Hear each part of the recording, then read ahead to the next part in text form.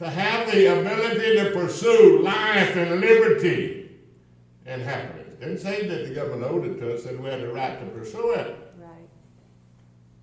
Now the government's saying, you just sit back and I'll give it to you. And the top atheist walks into the White House this week.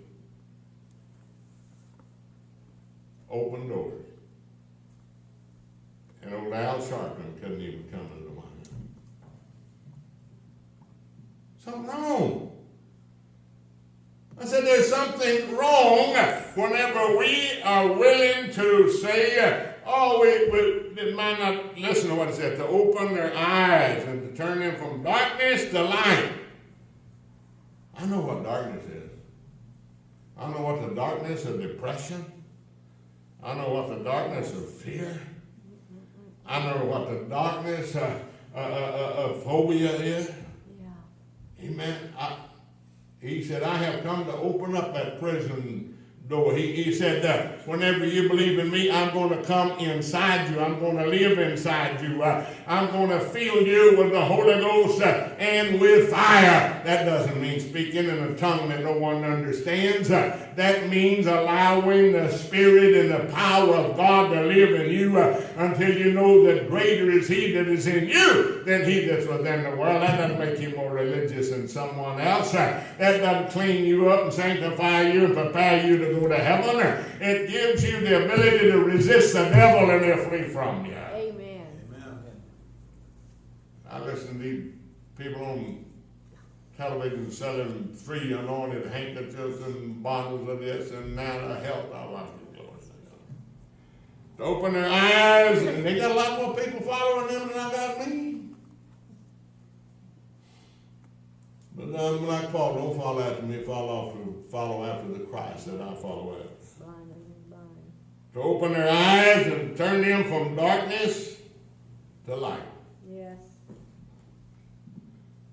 Did you know what we're getting ready for? Anticipating? Oh, the merchants, no wonder they said that religion's the Jews. The merchants have already put out Easter sales.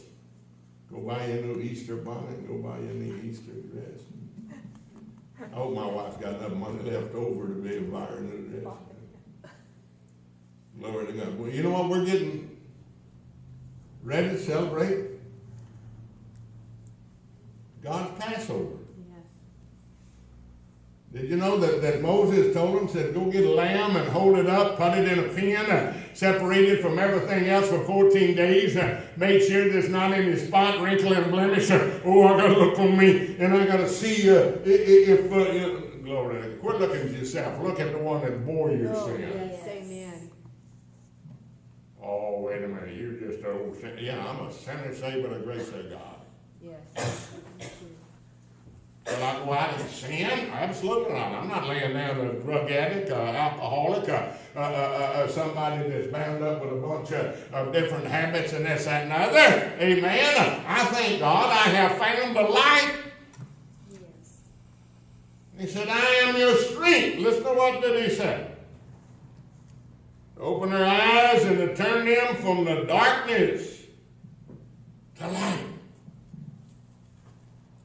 Mr. Green said last night, said, you don't want to know about the homeless center.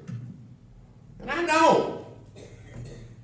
I get tired of watching Port-au-Prince, Haiti. I've been there. I get tired of watching Santiago, Chile. I've been there. I get tired of the suffering. I get 8, 10, 12 pieces of literature wanting me to contribute every week to all different kind of fun.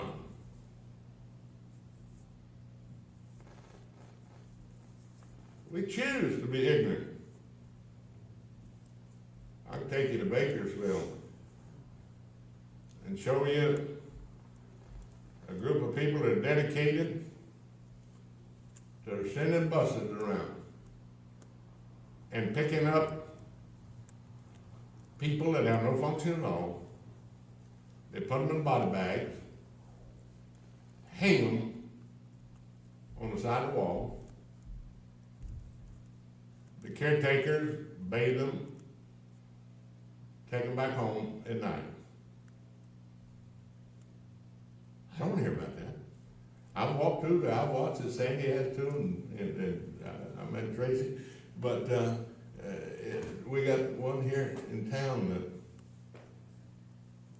that dedicated to helping people that can't help themselves. Well, I don't want to hear about that.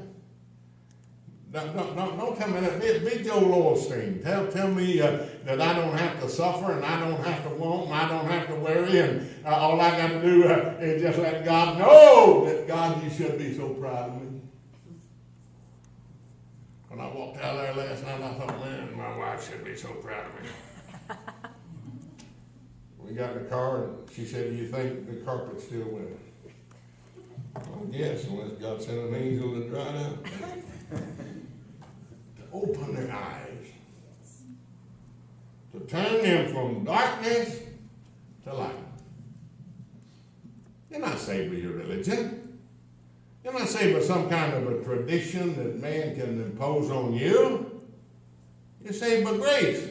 Absolutely. Grace is applied to your life by faith. Grace is the unmerited favor of God. Now, you either accept it or reject it. God is not going to impose himself on you. You can be like those on Mars Hill.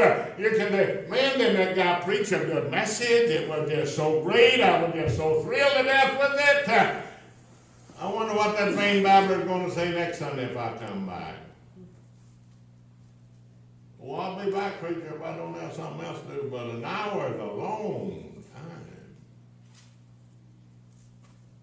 It is. It's reading Jesus asked his disciples. Yeah, couldn't you agree with I'm going to the cross. Yes. So that's what we're preparing for. You got to have a Good Friday before you have an Easter. There's got to be a crucifixion before there can be a resurrection. Could not you? But for 1 hour? The longest hour and 15 minutes I spend a day is over in purgatory. It's called Anytime Fitness Gym. Hour and 15 minutes. You realize how long 10 minutes is on a treadmill when you're standing there watching that thing? 10 minutes. 10 minutes. I'm in there for an hour and 15 minutes. I have to make myself go in, and I tell you what, I feel so good when I get out. It's over with.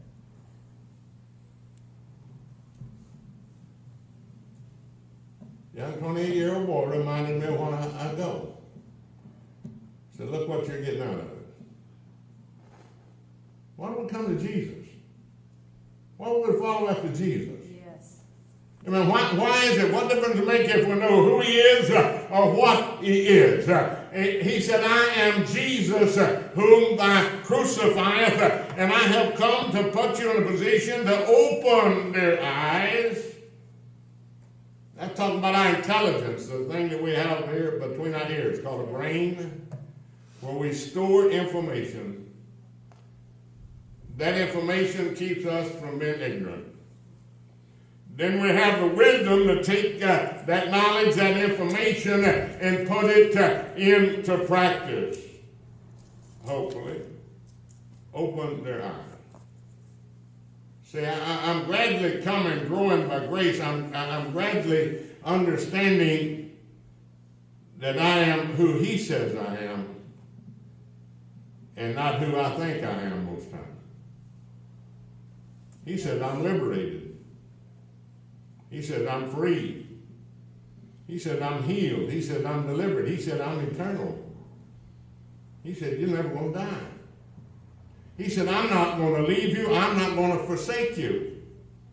He said, don't worry about it, Paul and Peter and John at the midnight hour. Go ahead and sing praises because the day has not arrived yet when the judge is going to come in the clouds of glory with his saints to bring judgment to the people on the face of the earth. Said, because I'm going to stand you over on my right hand and I'm going to say, well done, my good and faithful servant.